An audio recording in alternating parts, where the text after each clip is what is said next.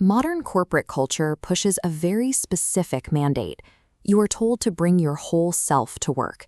You are encouraged to treat your colleagues like family, operate in a transparent glass office, and lean into constant vulnerability. Operating this way comes with immediate danger. When you treat a competitive professional network like a family reunion, you turn your workplace into a hunting ground. You provide the exact raw material needed for gossip, office politics, and calculated sabotage. Surviving a complex social hierarchy requires dropping these modern self-help platitudes entirely. You have to adopt a mindset that treats social networks not as safe spaces, but as tactical landscapes requiring heavy vetting. The master strategist Chanakya provides exactly that.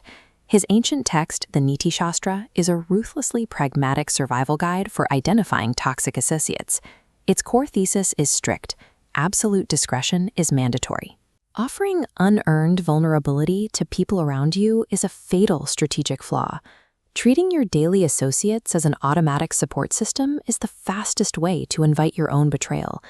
We usually imagine threats coming from loud, declared enemies, but in a professional network, the person actively working against you rarely announces their intentions. Chanakya warns of a far more effective operative, the two-faced associate.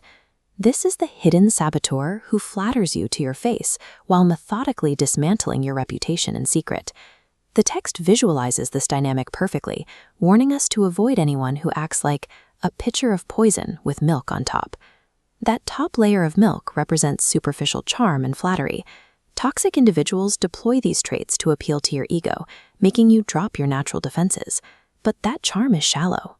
The massive volume of poison underneath represents their hidden agendas, deep-seated envy, and willingness to strike the moment your back is turned. Extreme, unprompted sweetness should be audited as a potential mechanism of manipulation. Once you filter out the flatterers, Chanakya introduces a rule that directly attacks modern social norms: the demand to distrust the ordinary friend. An ordinary friend is anyone you share a transactional or situational bond with: casual coworkers, gym buddies, or mutual acquaintances. These people share your environment, but they have not earned your absolute loyalty. Sharing your private ambitions, your financial anxieties, or your strategic advantages with these situational acquaintances is a severe error. Look at this network map. Every time you overshare with an unvetted associate, you are transferring private data into an unsecured node. If that relationship ever sours over a minor conflict or passing envy, that casual friend can instantly weaponize your secrets. Chanakya demands strict control over your personal information to ensure no one holds the leverage to execute reputational damage. Revealing your secrets to a casual coworker provides them with a loaded weapon for a potential future conflict. This raises a demanding question. If sweet flatterers are traps and casual acquaintances cannot be trusted, how do you actually identify a true ally? Chanakya provides a stark reality check. True loyalty is completely invisible during times of peace, wealth, or celebration.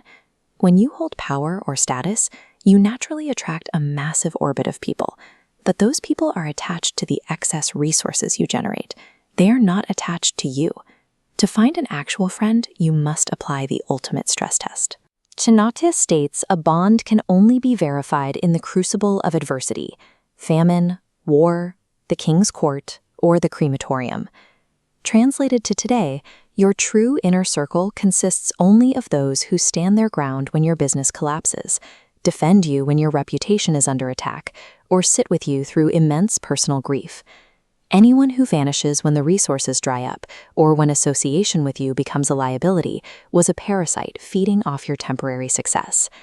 Chanakya is not advocating for paranoid isolation, but rather introducing the concept of earned vulnerability. Your actual inner circle should be incredibly small.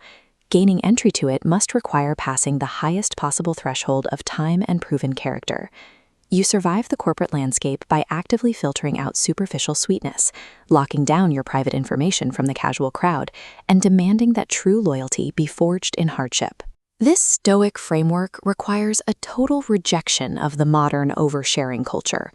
Security is found in the specific moment you choose to lock the gates. Maintaining a highly restricted social circle serves as evidence of a strategically vetted life.